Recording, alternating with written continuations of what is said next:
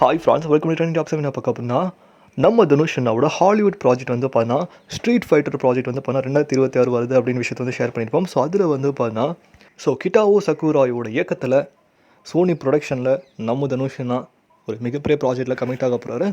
Sydney Sweeney வந்து confirm பண்ணியிருக்காங்க.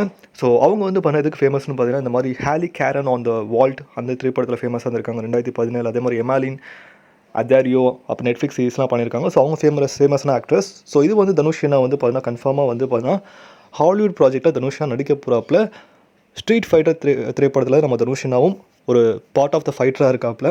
So அது கேட்கவும் மகிழ்ச்சியாக. லோன் வுல்ஃப் எந்த அளவுக்கு நம்ம ஃபேமஸாக நம்ம என்ஜாய் பண்ணுமோ கிரேமனில், அதே மாதிரி வந்து பார்த்தீங்கன்னா ஸ்ட்ரீட் ஃபைட்லேயும் இப்போ தனுஷ் அண்ணா வந்து பார்த்தீங்கன்னா பயங்கரமாக நம்ம என்ஜாய் பண்ண போகிறோம். ஸோ தனுஷ் அண்ணா அதில் வந்து எஸ்டிஆர் ஃபேன் ஒருத்தர் கமெண்ட் பண்ணியிருக்காரு, போஸ்ட் பண்ணியிருக்காரு. இது மட்டும் நடந்துச்சுன்னா நீ தாண்டா வேறு லெவல் அப்படின்ற விஷயத்தை வந்து பார்த்தா எஸ்டிஆர் ஃபேன்ஸ் வந்து ஷேர் பண்ணியிருக்காங்க. தனுஷ் அண்ணா ரசிகர்களுக்கு வாழ்த்து தெரிவிக்கிறமா தனுஷ் அண்ணா வந்து சப்போர்ட் பண்ணுற விதமாக வந்து பார்த்தா ரியலாக ஹாலிவுட் ஸ்டார் நம்ம தனுஷ் அண்ணா தாங்க.